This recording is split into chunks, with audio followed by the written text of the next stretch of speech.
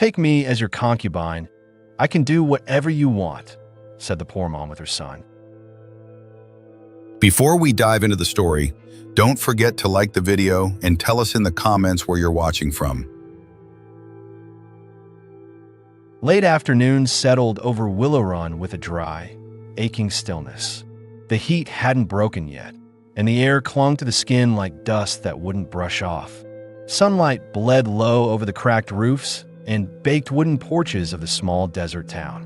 Most folks had already gone inside, drawn to whatever bit of shade or water they could find. The street was empty except for a dog asleep under the wagon outside Holcomb's store, a few horses tied up with drooping heads, and a man sitting alone on the sheriff's office steps.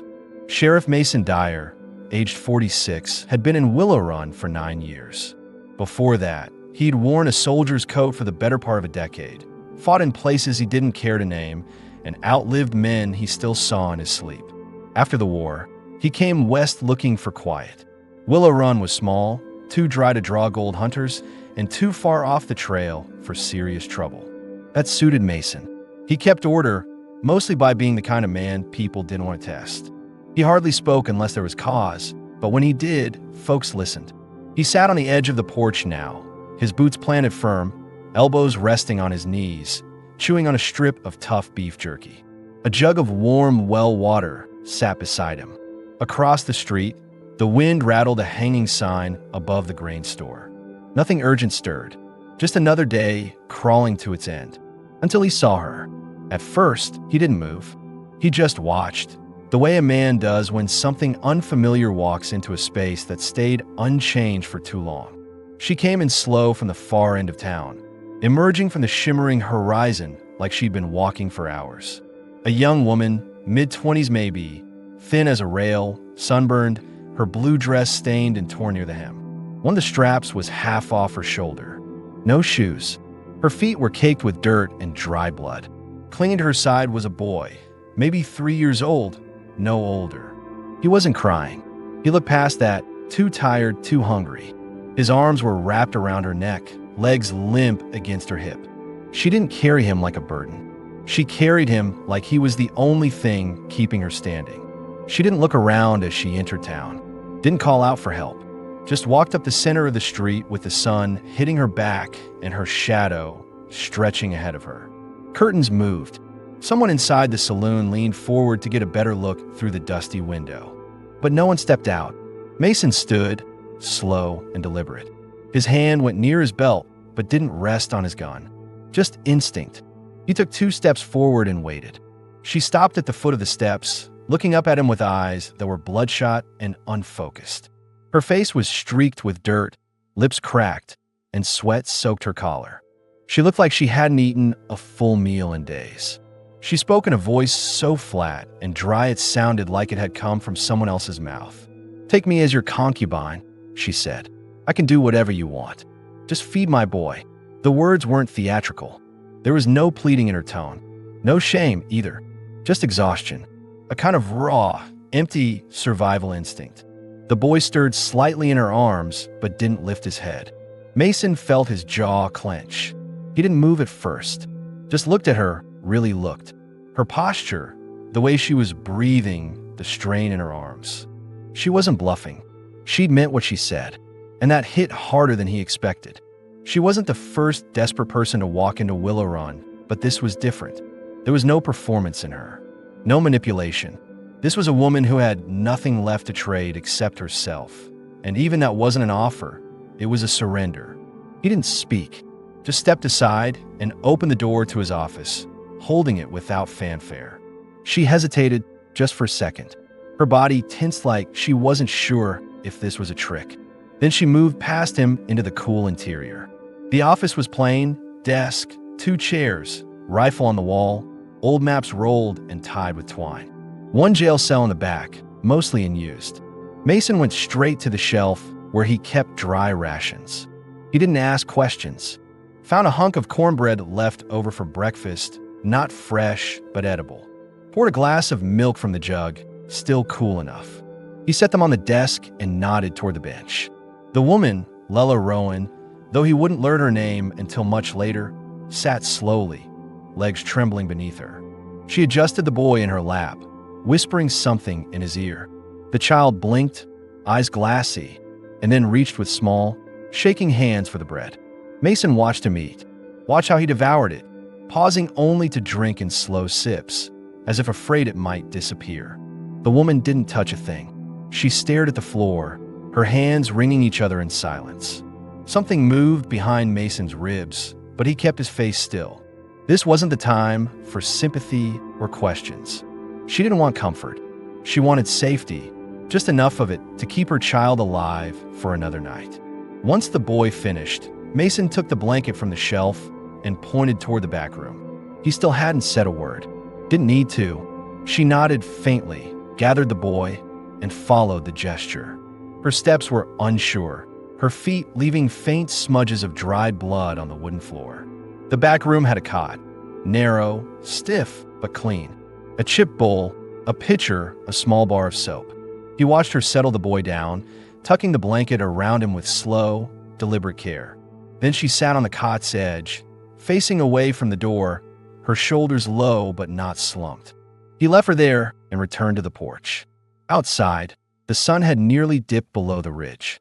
The heat was fading, leaving behind a cool breeze that stirred the dust in little circles along the street. Mason sat back down, picked up the jerky again, but didn't take a bite. Inside, a woman and child were sleeping, maybe just resting. He didn't know if they'd stay, didn't know what they'd been through, or who might come looking for them. But he knew what fear looked like, and shame, and the kind of panic that doesn't come with screams, just silence. She'd walked into town ready to give herself away, because she thought that was the only way her son would survive. That didn't sit right with Mason. Not then, not ever. He didn't owe her anything. But that wasn't the point. She hadn't asked for kindness, just food, so he'd given it, and made space for now. No promises, no questions. He didn't need to know everything yet, but he knew she didn't belong to anyone, and no one was going to take her out of Willow Run without going through him. Even if she left tomorrow, that was her choice. But tonight, she and that boy were safe. That much he could give. The next morning broke slow and pale over Willow Run, the kind of quiet daybreak that made even the roosters hesitate. The town moved with the pace of routine, smoke rising from chimneys, porch doors creaking open, and boots scuffing along dirt paths. Mason Dyer was already up like always. He'd been awake since before first light, sitting at his desk with a cup of black coffee cooling beside him. The same untouched wanted posters spread on the table, though no one had passed through in weeks worth chasing. He didn't look toward the back room. Not yet. He could hear soft breathing behind the wall, the boys mostly small and rhythmic, and once or twice a heavier exhale that sounded like a woman who hadn't slept this safe in a long while. He left them be. By the time he stepped out onto the porch, the sun had crested the ridge. He nodded once to old man Doyle limping past with a sack of feed and went to check the pump near the jail fence. It squeaked like it always did. Cold water spilled into the tin bucket, and he carried it back inside without spilling a drop. Lella was standing in the center of the room when he returned, barefoot and straight-backed, the boy clinging to her dress behind her leg.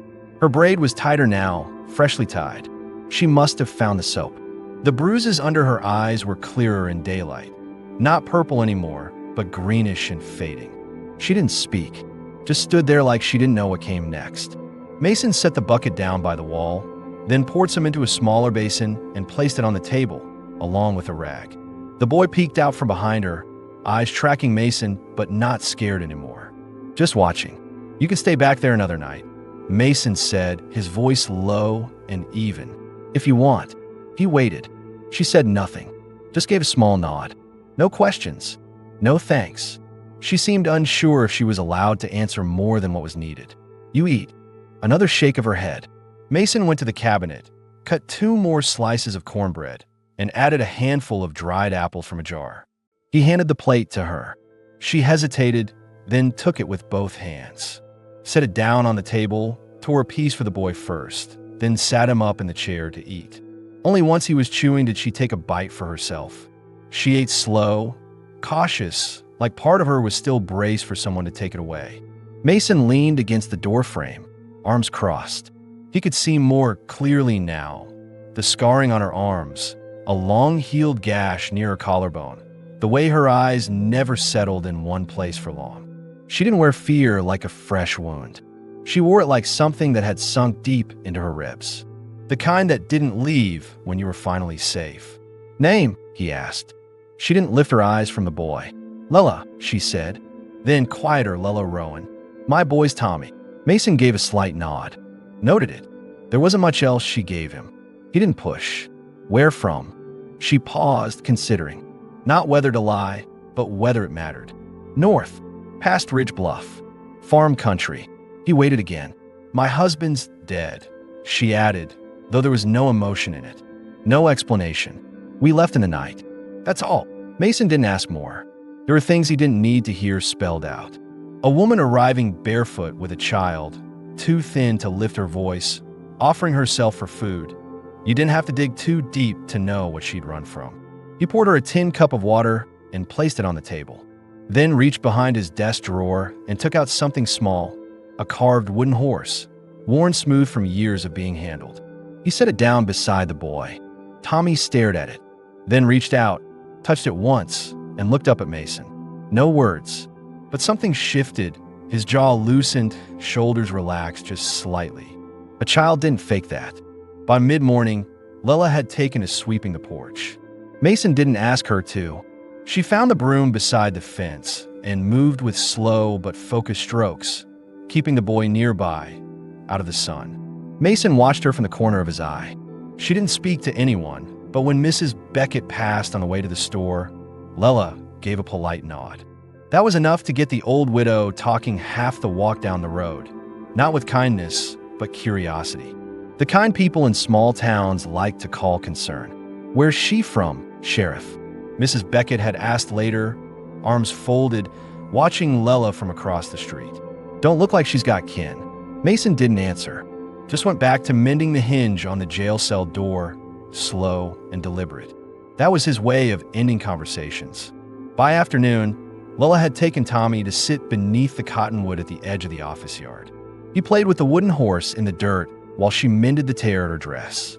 Her hands moved steady, her eyes scanning the town without drawing attention. She noticed everything, the way people paused when they passed, the glances through windows. But she didn't shrink. That night, she cooked. Nothing fancy, just beans and salt pork Mason had stocked, but she made enough for 2 bowls, not 3. Mason split his with Tommy. He didn't eat with them, just sat on the porch like always, his fork clicking against the tin plate. When the sun dropped and the stars rose over the hills, Lella returned to the back room. Tommy curled into her side on the cot. Mason heard the soft rustle of the blanket, then quiet. He stayed up a while longer, cleaning his revolver even though it hadn't been fired in years. Something was changing. He could feel it in the way the boy laughed, short and sudden, when the kitten from Doyle's shed wandered by and batted at the carved horse.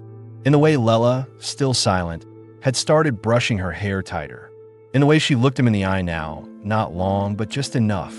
Mason didn't know what they were staying for. Maybe they didn't either, but they hadn't left, and that was something. The third morning started quieter than the last. No breeze, no footsteps outside, just the sound of a spoon clinking gently against the inside of a tin bowl and the occasional scrape of boots on wood. Lella had risen early. She was already by the pump drawing water before most of the town stirred. Tommy sat nearby on an overturned bucket, chewing a strip of dried apple, watching her with the kind of quiet that stuck to children who'd seen too much too young. Inside the sheriff's office, Mason was finishing a note for the supply wagon due in next week. He wrote slow, careful. He didn't need much: beans, lamp oil, ammunition. He added 2 bars of soap and a roll of calico cloth before setting the list aside. The calico was a decision. It wasn't charity. It was just practical. She needed another dress, one that wasn't falling apart every time she walked, and he figured she wouldn't ask for it. Lella came in just as he was folding the note. Her braid was neater today, and her sleeves rolled to the elbow. She didn't ask for permission, just walked to the bucket, filled a basin, and began scrubbing the floorboards near the back wall where dust had collected. She worked slow and deliberate, not performing for him, just doing what needed doing. Mason watched for a moment, then stood. "I'll be out back." "Check in the fence line," he said. She didn't respond, but he caught the barest flicker of a nod. Outside, the sun had barely cleared the hills, but already the ground felt warm under his boots. The fence behind the office stretched toward the creek bed. A half-rotted line of posts and wire meant more to mark space than to keep anyone out. He checked the posts one by one, resetting a loose stake and tightening the wire. The quiet work steadied him, always had. He stayed out longer than usual. Not because of her, because of himself. He'd been alone a long time, not just in the physical sense. People passed through, neighbors waved, Doyle shared news, Beckett complained about weather and sin, but real closeness, the kind that shared silence and air in daily things, that hadn't existed in Mason's life since before the war. Since before Caroline. He thought about her sometimes when it got quiet like this. Caroline, with the red scarf and a laugh that had cracked through every hard part of him. She died while he was off fighting typhoid, fast and cruel. By the time he came home, there was nothing to come home to. He shook the thought away and walked back toward the office. Tommy was outside now, chasing the kitten with slow, careful steps. His laughter, soft but real, echoed faintly off the walls of the jail. Mason stopped at the corner and watched for a moment. The boy moved freer than he had the day before, still cautious but not hollow. Inside, Lela had finished cleaning and was now brushing crumbs off the desk. The room smelled faintly of lye and sun-dried cotton. She looked up when Mason entered, but didn't flinch or pause. She just stepped back and let him pass. He poured a fresh cup of coffee and sat down behind his desk, resting his arm on the edge, eyes scanning the street through the open door. It was late morning now. The town had started to wake fully. A rider passed through with a letter pouch. Someone banged a pot near the stable. Life continued, slow and forgettable, which was exactly how Mason liked it. But something had shifted, and not just in his office. It started with the whispers. First from Mrs. Beckett, who spoke loud enough on purpose while greeting Mrs. Doyle outside the store. "She's still there? Lord above, what's she doing sleeping in the jailhouse with a child?" Then from Emmett Thorne, who ran the stables, muttering as he brushed his mule. "Ain't proper. Sheriff letting a stranger stay. Folks got rules." By midday, a few more heads turned when Mason walked through town for his usual round. One storekeeper hesitated before offering him credit for the supplies. Another, a younger ranch hand with more mouth than sense, asked half under his breath, "That woman yours now, Sheriff?" Mason didn't answer, just stared the boy down until he looked away. Back at the office, Lela was fixing the latch on the back gate with a bit of twine and bent nail. She didn't ask permission. She saw it was broken and fixed it. That was her way. Mason stood behind her a moment. "You can take the boy to church tomorrow if you want," he said. "Miss Porter teaches some of the younger ones in the back room. He'll be safe." She paused, then looked over her shoulder. "Will they know what I was?" Mason's face didn't change. "You were hungry. That's all they need to know." She looked at him for the first time that day. Not past him, not toward the floor. At him. Her eyes didn't show gratitude. They showed something more cautious, like a person trying to believe they wouldn't be punished for relaxing. That night, they ate together for the first time. No table, just the porch steps, the boy between them. A bowl of beans each. Tommy fell asleep before finishing his, and Lela carried him back to the cot. When she returned, Mason was still sitting outside, arms crossed, eyes on the sky. She stood beside him, not asking to join. He nodded once toward the empty step next to him. She sat. They didn't talk. The silence was different this time, not loaded, not cold, just shared. For the first time, Lela didn't seem ready to leave the next day. And Mason, though he didn't know why, was glad she hadn't. Sunday arrived with the sound of a distant church bell, low and uneven, carried by the wind across Willow Run's small basin. The sun was already rising warm and high over the land. Dust clung to the air, still and golden, as the town began to rouse under its weight. Mason was already up, seated on the porch steps with a cup of hot coffee. The town's only church, a squat wooden building with a bowed roof and a leaning cross, sat across from the old grain shed. He could see its doors swinging open, a handful of folks filtering in, dressed in their starchy best. Behind him, inside the office, he heard movement, soft, careful steps. Lela had dressed the boy in the cleanest shirt they had. She'd taken Mason's offer seriously, even though she hadn't said so. She'd scrubbed Tommy's face, combed his hair with her fingers, and knotted a bit of cloth around his neck to keep the dust off. He looked tired, but healthier. The boy was walking steadier now, laughing more often, but he still clung to her legs when they stepped into the sun. Mason looked over his shoulder as the door creaked. She stood there, holding Tommy's hand. "We'll go," she said, quiet. "Just for a while." He gave a nod. "Miss Port'll take him for an hour or so. They give the kids bread after." Lela hesitated, then added, "If you don't want to stay, I'll bring him back." He didn't tell her it was fine either way. He didn't have to. She stepped down the stairs, shoes still worn thin, but her walk was firmer. She crossed the road with Tommy's hand in hers. The townsfolk outside the chapel glanced her way. Some nodded politely. A few stared longer than they should have. One woman whispered something behind her fan. Inside, Miss Porter, gray hair pinned high, sleeves rolled up, welcomed the boy without pause. She gave Lela a nod and gently tugged Tommy's hand, guiding him to the other children. Lela stood watching, stiff and still, until the boy turned and waved. It was a small thing, but Mason noticed from his seat across the road. Her shoulders dropped half an inch after that. He stayed on the porch while they were gone. He never went to service anymore. Folks had stopped asking why. He didn't carry grief in the way people expected. He just wore it plain and quiet, like everything else. When Lela came back nearly an hour later, Tommy clutched a half-eaten biscuit in one hand and the wooden horse in the other. His face was dusty but smiling. Lela stood by the doorframe, watching Mason for a beat before speaking. "You fought in the war?" He looked up. "Yeah." She paused. "Union?" He nodded once. She hesitated again. "My husband, he wore gray." Mason didn't flinch. A lot of men did. "He's dead," she said again, same as she had before.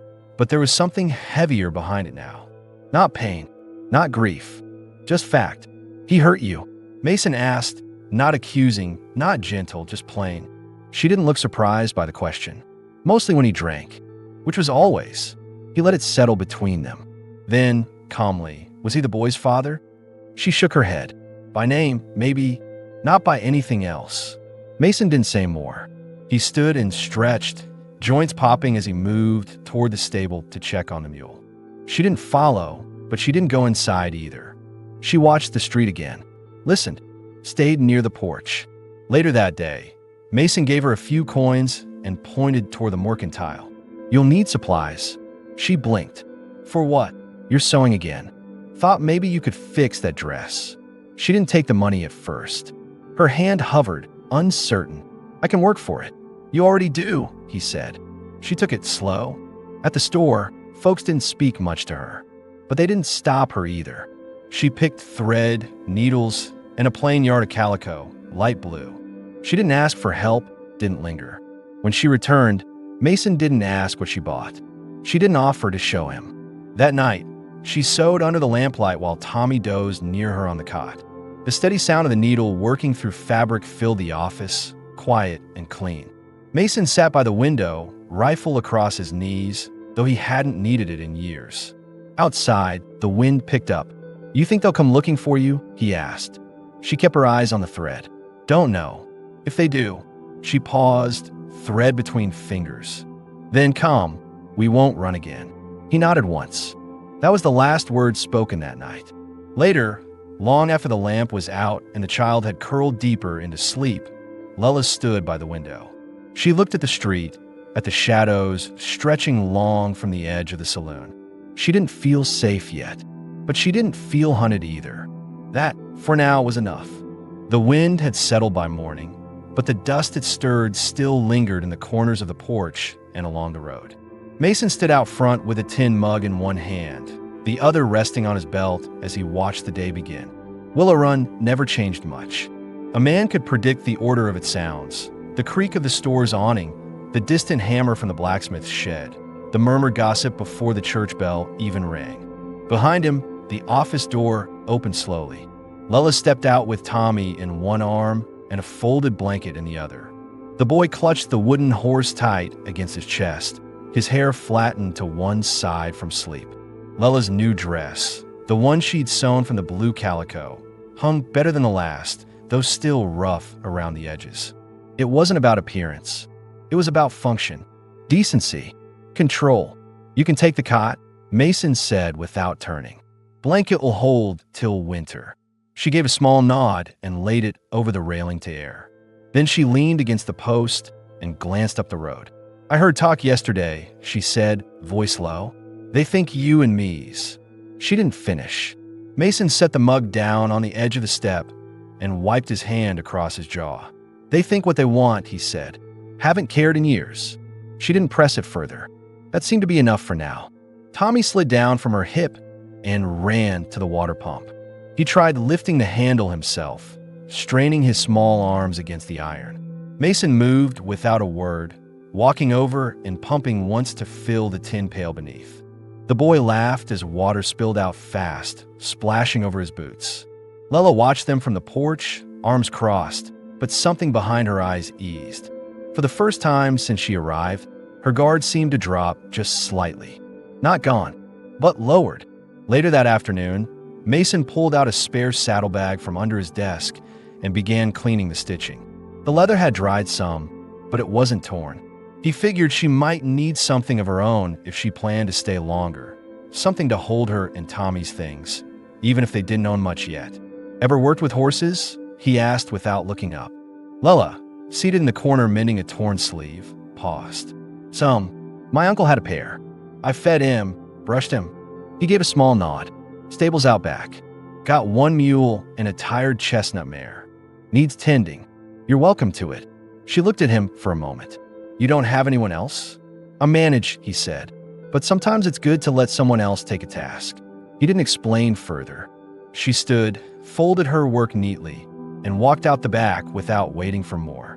The next hour passed without sound. Mason checked the rifle stock, dusted the windows, took note of supplies in the cupboard. When he stepped out back, he found Lella brushing the mare in slow, even strokes, her sleeves rolled up, hair tied back with twine. Tommy sat on the fence post watching, one hand dangling down to pet the kitten that had taken to following him. "She's got a wound," Lella said when Mason approached. "Right front hoof. Small crack. I saw it," he answered. "She favors it. She needs oil and rest." "You're not wrong." Mason crossed his arms and leaned against the post, studying the way she moved. She didn't flinch near the animal. She didn't speak to it either, just worked, steady and focused. "You thinking of staying long?" he asked, careful, neutral. Lella didn't answer right away. "I don't know where else I'd go," she said. "And he's better here." Her eyes flicked to Tommy, who had climbed down and was now chasing the kitten near the hay pile. "Then stay," Mason said. "Ain't no dead-owed." She hesitated. "What about when someone comes looking?" "If they do," Mason replied, "we'll handle it when it happens." She watched him for a moment longer, then went back to brushing the mare. By the next evening, something had shifted inside the jailhouse. Not in big, visible ways, just in a rhythm. Lella no longer waited to be told what to do. She swept the floor without asking. She boiled water before Mason said it needed doing. She tucked Tommy in and then sat by the lamp repairing a strap on his boot. Mason didn't stop her.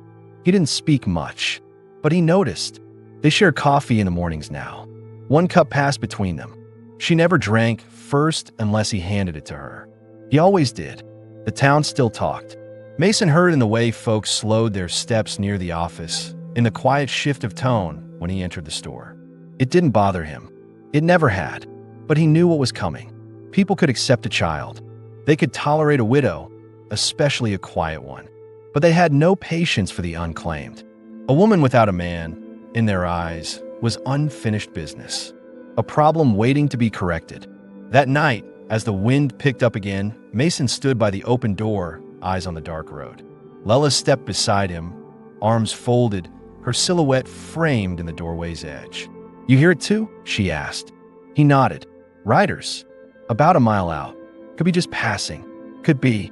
She looked at him, calm, composed. "Should I hide?" "No," Mason said, "You stay right here." And she did.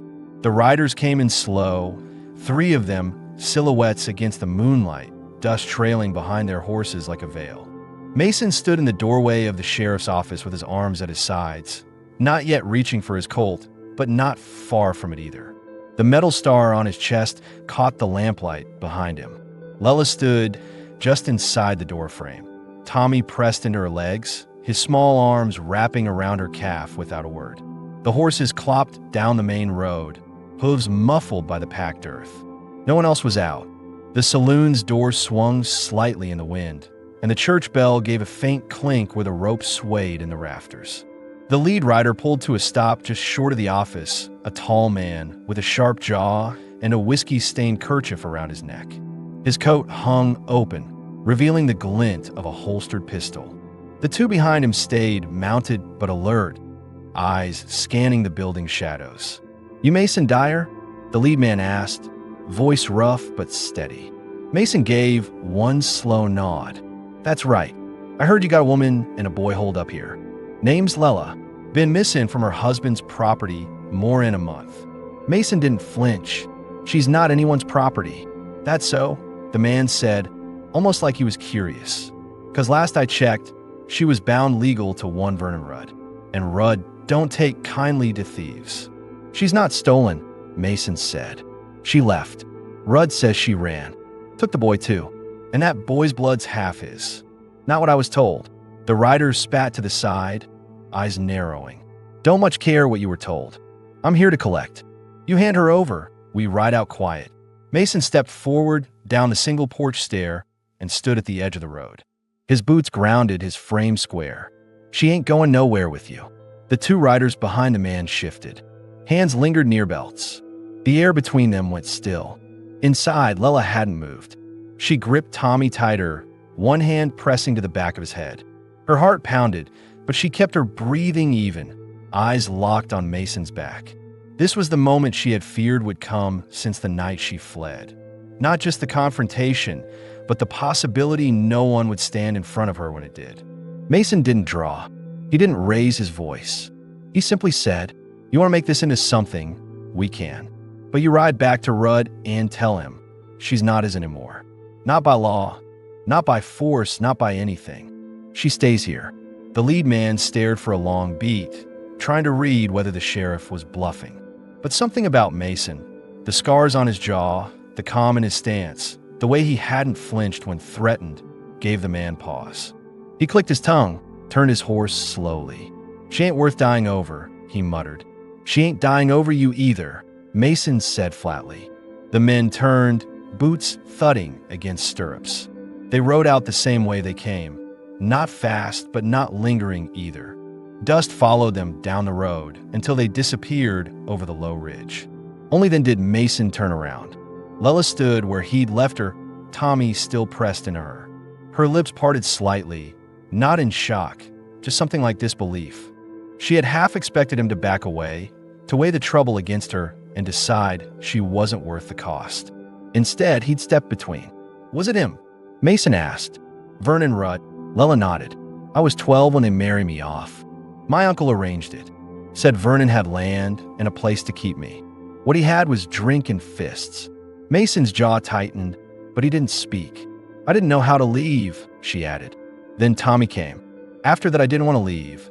I was too scared of what he'd do if I tried. But he started hitting Tommy too. And I packed what I could, left in the night. Walked 4 days before I saw your town lights." Mason looked at the boy, who now sat on the bench beside the stove, thumb in his mouth, eyes heavy with sleep, but not fear. "He yours," Mason said quietly.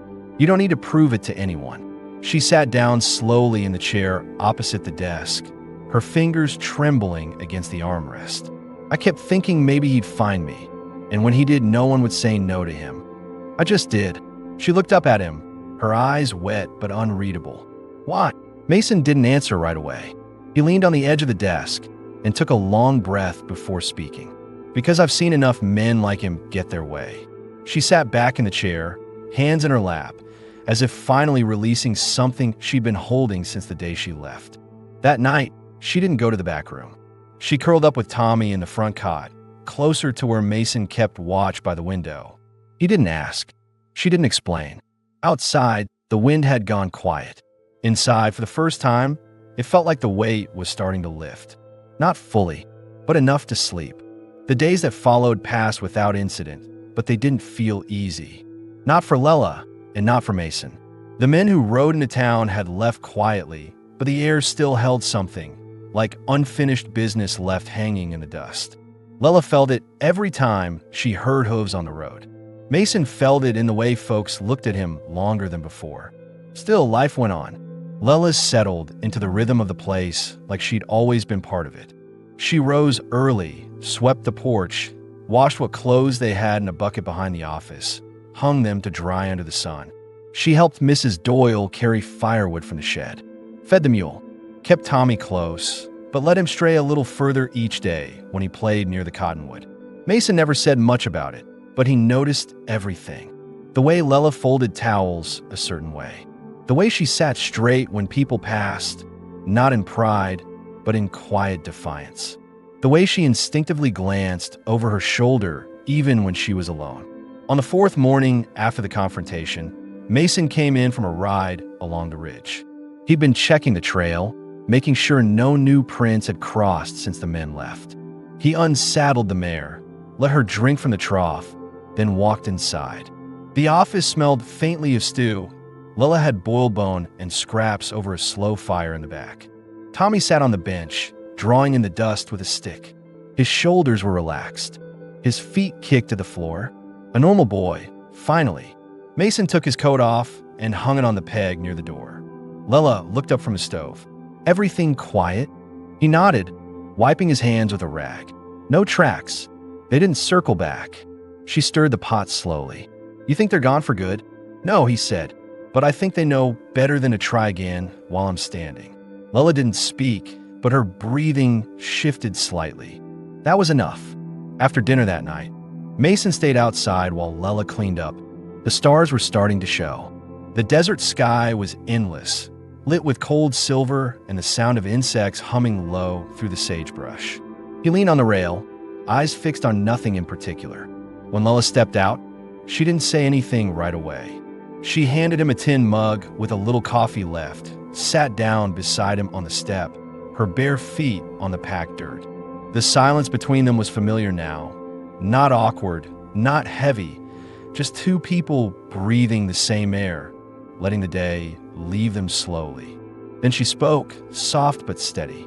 If something happens to you, what do I do? Mason looked over at her. The lamplight from inside the office caught the edge of her cheek. She didn't look afraid. She looked prepared, like someone who had lived with the possibility too long not to ask. You take the boy, he said, and you ride south. There's a man named Parsons in New Chapel. He owes me 2 favors, and he's got land enough for 3. He'll keep you safe. She nodded. What if they come back before that? Then I'll still be here. She hesitated. I'm not your problem, Sheriff. You're not a problem, he said, and you're not leaving. Tommy came out then, rubbing his eyes with one hand, the wooden horse still tucked under his arm. He leaned into his mother's side. Lela pulled him close. Mason watched the boy settle. There was a question that hadn't been asked yet, one that hung in the air between them for weeks now. Why are you doing this? Lela asked. Mason didn't answer right away. He looked out at the street again, empty as ever, and spoke without turning. Because I know what it means to lose someone. To lose everything and still wake up the next day wondering if you're allowed to exist without it. I'm not here to save you, Lela. You already did that. I'm just giving you space to stay saved. She looked down at her son, then back at the man beside her. Mason didn't speak like a man trying to be noble. He spoke like a man who'd seen ruin and was done letting it take more than it already had. That night, she didn't return to the back room. She laid Tommy down on the front cot and then, instead of retreating behind the bars, she sat in the corner near Mason's desk. She mended a torn hem quietly while he smoked a hand-rolled cigarette by the window. No words passed between them, but neither one of them felt alone.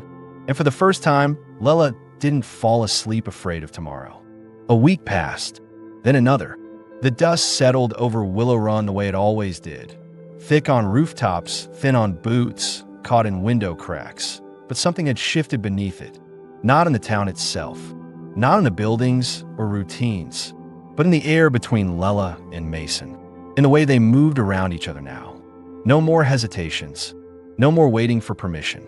It was quiet understanding, not built from declarations, but from the things they'd chosen not to run from. Tommy had begun spending mornings at the schoolhouse with Miss Porter. He never let go of his wooden horse, and sometimes he still flinched at loud voices, but he smiled easily now. He laughed when the kitten climbed onto his lap or when he spilled water on his boots. The townspeople had softened too, slowly. Not all of them, but some had begun to greet Lela when they passed. Doyle nodded at her one morning.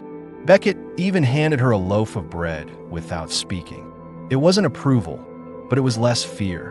One evening, Mason was closing up the office when he noticed the saddle he'd set aside weeks ago, cleaned, oiled, and repaired. The leather was firm again, the stitching redone. It was Lela's work. She hadn't mentioned it, but he could tell by the precision, the care, the quiet labor of someone who didn't ask for credit. He walked out to the porch where she sat brushing out her hair in the fading light. She didn't turn when she heard him approach. "You did that saddle?" She nodded once. Figured it shouldn't go to waste. "You know how to ride?" "I used to," she said. "Back before." He handed her a small leather pouch. "There's some coin inside. From the town budget. I don't need a deputy, but I need someone I trust to help me with supply runs, talk to people when they won't talk to me. You've earned that." Lela opened the pouch, looked at it, then set it gently in her lap. "You don't have to pay me," she said. "I know," he replied. "That's why I want to." She didn't argue, just nodded. They didn't shake hands or mark the moment. But it was done. A role had been offered, and she'd taken it. That same night, a letter arrived by Ryder.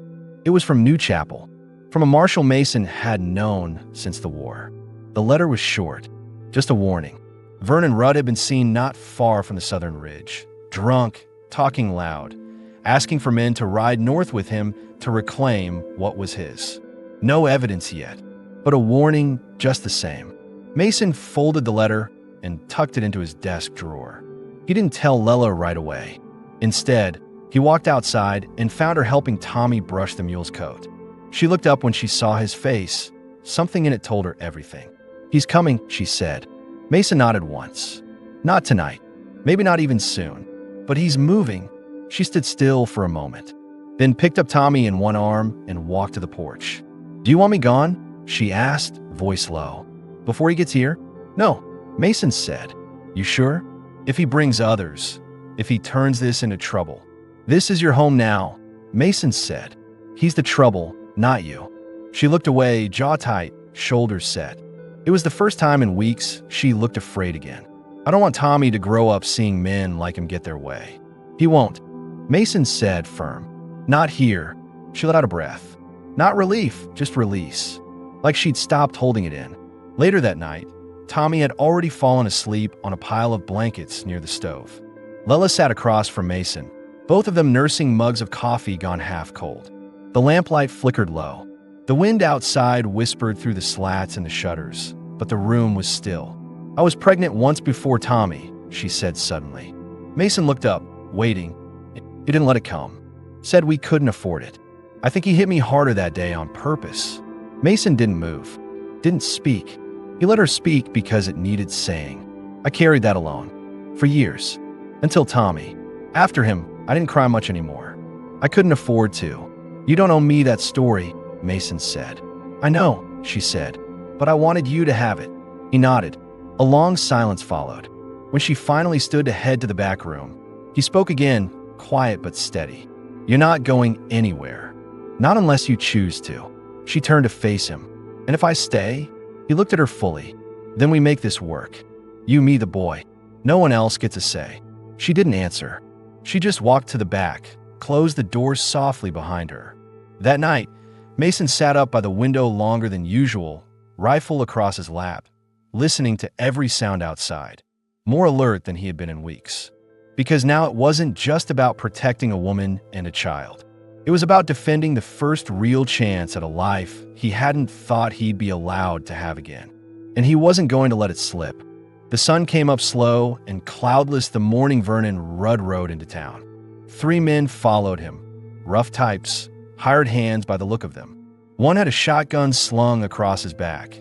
Another carried a length of chain coiled over one shoulder like a statement. Rudd himself was red-faced, swollen in the jaw, and rode with the posture of a man too drunk to stand, but too mean to fall. His coat was filthy, his boots scuffed and cracking. But his eyes were sharp, focused, and he came straight down the middle of Willow Run's road like he owned it.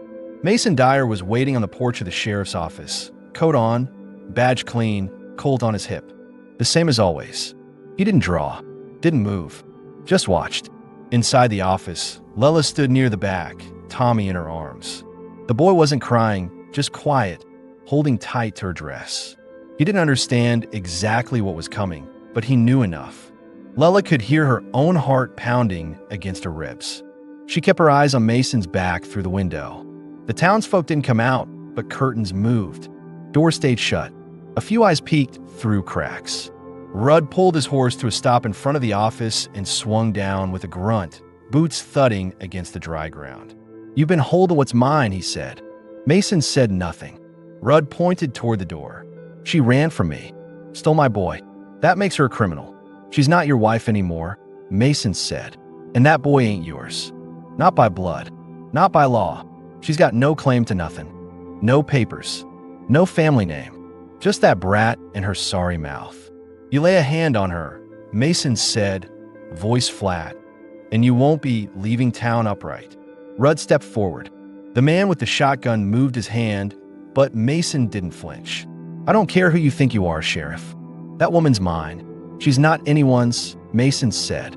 "Not now. Not ever again." The hired man made a move first, went for his gun. But he barely cleared the holster before Mason fired once, center mass, and the man dropped. The others froze. Mason had already shifted his aim. One breath. No words. That was enough. Rudd's face changed. Not to fear, to calculation. He raised his hands slightly, but didn't back away. "You're gonna shoot all of us, Dyer?" "If I have to," Mason said. The second man, the one with the chain, looked at Rudd, then at the body cooling in the dirt. He stepped back, muttered something under his breath, and walked to his horse. The third followed without a word. They didn't ride out fast, just quiet. Finished. Rudd didn't move. "She's got you wrapped around her," he said. "You don't even know what she is." "I know exactly what she is," Mason said. "She's free." Rudd stood a few more seconds, chewing on the weight of that sentence. Then he turned, spat in the dust, and climbed back onto his horse. "She'll ruin you," he muttered. "She saved me," Mason said. Rudd said nothing else. He rode out alone. No one waved. No one watched him go. When the road finally settled and the dust stopped rising, Mason holstered his gun and turned to the door. Lela was already there, holding Tommy, her face unreadable. "You all right?" he asked. She nodded, lips trembling but her posture steady. "I didn't expect him to leave. He's not used to someone saying no," Mason said. "Now he's heard it." She walked to the bench, sat down slowly. Tommy climbed into her lap. She held him close. Mason poured a glass of water and handed it to her. Her fingers were shaking, but she drank. "He won't come back," Mason said after a while. "He knows now he's not welcome." "What now?" she asked. Mason sat beside her. "Now we keep going. Like we've been." She looked over at him. "You still want us here?" He nodded. "I want you here. I'm not asking you to stay out of debt or pity. I'm asking because it's your choice." Lela exhaled, slow. She leaned back slightly, eyes on the open door.